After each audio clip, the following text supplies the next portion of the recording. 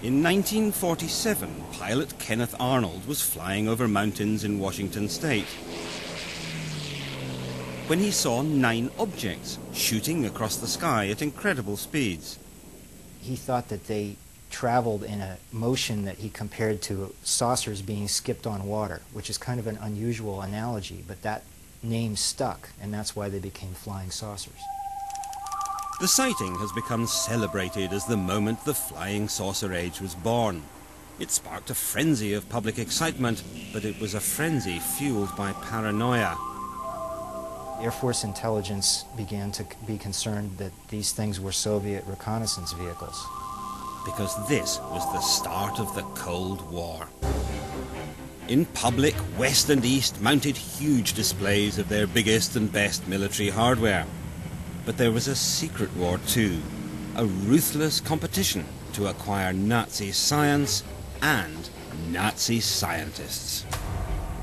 Whoever controlled this technology after World War II would really be ahead militarily, so there was a scramble between the Allied powers, the Russians, the French, the British, even though they had been allies, to obtain as much of this technology as possible for their own side.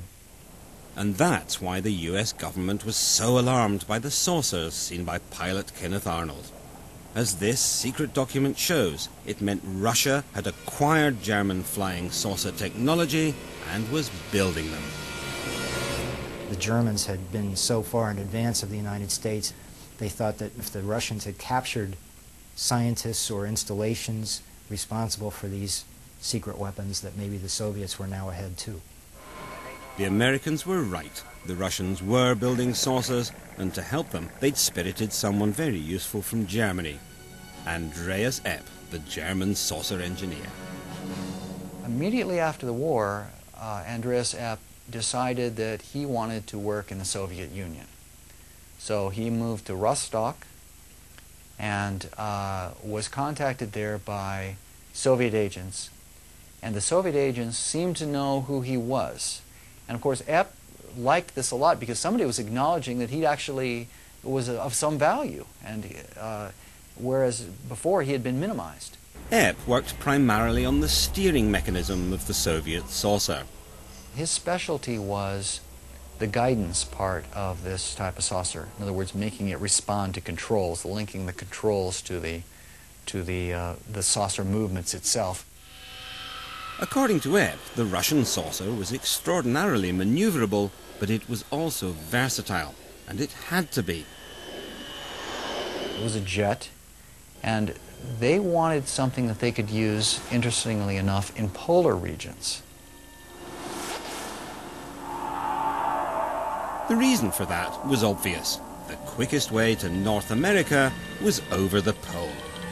That was a fact not lost on an increasingly paranoid America. Even Hollywood suspected the Russians were up to something sorcerous. Now, the first country that learns the secret of the flying saucer will control the skies of the world. And I don't want that country to be Russia. A lot of the sightings were in the northwest part of the United States. It was near the Boeing plant in Seattle, where all of the U.S. bombers were built. And it was also near the Hanford nuclear reservation in Washington state, where the plutonium for the nuclear bombs was produced. They were very strategically sensitive parts of the United States, and it was the closest part of the United States to the Soviet Union, so it's where they would have expected Soviet planes to come. By now, saucers were appearing everywhere. Hardly a city centre or movie set was safe. The government needed to put a lid on the speculation. And to do that, their psychological warfare experts came up with an elegant 2-part plan. First, a senior military figure would firmly deny that anything was happening at all, but as a backup, they'd set rumours flying that the saucers came from outer space. I delivered the message. Now. The plan was launched at a press conference in the Pentagon. It was July 1952, and a definitive moment in the history of spin.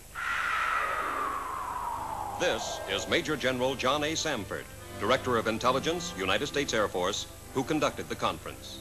Samford's job was to deny there was anything significant about the reported sightings. It does not contain any pattern of purpose or of consistency that we can relate to any conceivable threat to the United States.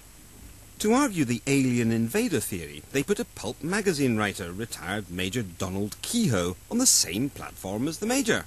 Major Keyhoe, as author of the book Flying Saucers Are Real, what is your opinion of these new sightings of unidentified objects? With all due respect to the Air Force, I believe that some of them will prove to be of interplanetary origin. It was very clever and very simple. Now, anyone who saw a military saucer would be encouraged to believe they'd seen an alien. It was about 40 feet long, and the rest of us would laugh at them. I saw it for so many minutes that I can't deny what I saw. The press loved the alien story and ran it with enthusiasm. The very edition of Life magazine, which launched Marilyn Monroe as a star, also launched the career of many a monster from Mars. Never before has the screen reached such heights of excitement, breathtaking spectacle. Donald Keyhoe's writings directly inspired the most classic saucer movie, Earth vs. the Flying Saucers, made by legendary Hollywood animator Ray Harryhausen. The basic concept was taken from one of his books about flying saucers. I understand that the government has made a lot of experiments with round flying objects, and which they kept quiet, and so they probably encouraged the idea that they were aliens from outer space. Indeed, it appears the government was so interested that the film's producer, Charles Schneer, was reporting directly to them. Of course, after the script is finished, it's out of my hands, and I'm sure that Charles submitted it to the front office as well as to various space people. Oh, here they come. Oh, there they go. But while American citizens looked to the skies with varying degrees of concern, the men in black were looking closer to home. They were desperate for their own saucers, and just like the Russians, they were looking for former Nazi scientists to help them. In some respects, the Americans did very well. They snatched Nazi technology boss Werner von Braun and made him into an invaluable member of the American war machine. They also acquired a great deal of German V-2 rocket technology. But while they played with these new toys with rather more enthusiasm than skill, they knew there was a serious gap in their new armory. They had no German saucers. It seems that the Air Force was concerned that the Russians may be ahead of us and that we need to have our own, an answer to the Soviet saucers. Then, one day in 1957, they had a stroke of luck. And once again, it involved the German saucerman Andreas Epp, now living in East Germany. At some point, he had a falling out with life in Eastern Germany. I don't know what it was. It may have been a divorce. Anyway, he ended up in the West, and he crossed the border then and said, "Hi, here I am. I was spying for the Soviets, and I want to tell you everything I know." And the Americans immediately threw him in jail and began interrogating him. And while he was in jail, he started writing and drawing from memory what he had done for the Soviets, the Soviet saucer plan, and what it was going to be used for. With the help of Epp and others, America's saucer program began in earnest.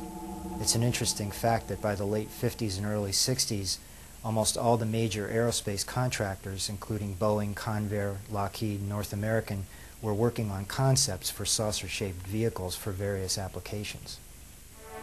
This is Lockheed's California division, senior member of the Lockheed family, birthplace of an always exciting family of wings. Lockheed was working on a number of saucer designs for the U.S. Air Force. They all have a central engine that would point downward, and the aircraft would take off straight up, transition into horizontal flight, accelerate to very high speed, and then fly at over 100,000 feet. And this was very advanced thinking for the time.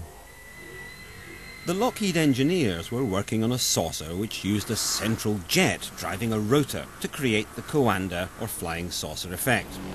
Once airborne, it redirected its jet to travel horizontally at supersonic speeds. But Lockheed wasn't the only US corporation working on this technology. Convair was one of the other major aircraft companies in the 1950s and 60s. Like Lockheed, Convair had both secret projects and a public face. In this case, Hollywood star James Stewart. Well, that was quite a day I had there. Believe me, that's quite an airplane. In the 50s and 60s, Bob Widmar was a senior designer for Convair and a key member of the team which built the B-58 Hustler.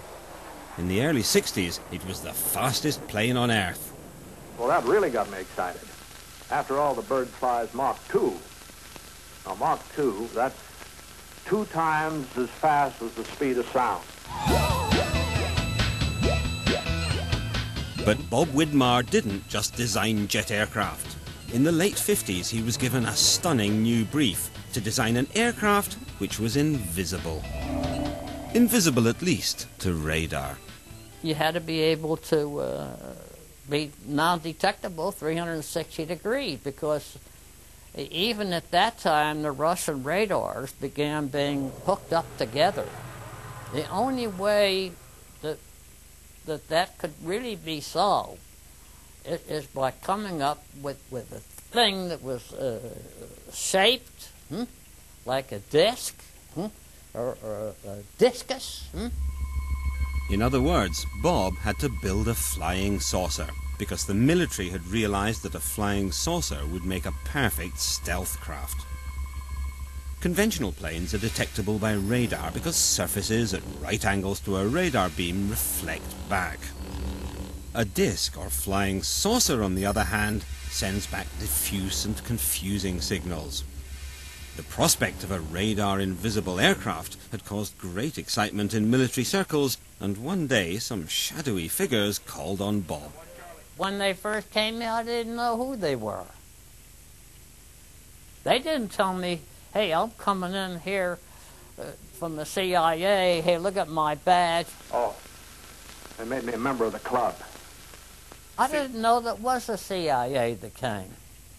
That shows you how goddamn secret that they were. In fact, the CIA was being even more mysterious than usual, because they weren't just fighting America's enemies, they'd been fighting each other. A secret turf war with the US Air Force over who should run spy planes.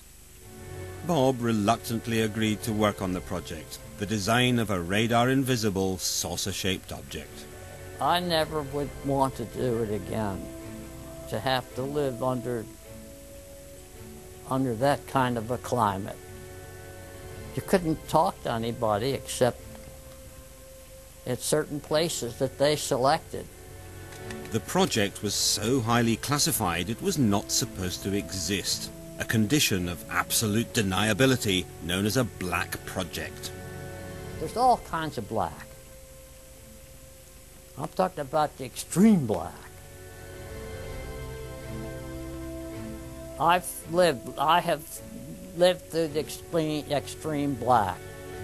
Bob's project has never been declassified, and the CIA removed all his records and designs. Well, I guess that just about sums up the story. Or does it? Because while the CIA was keeping Bob in the dark, another craft was being brought into the light.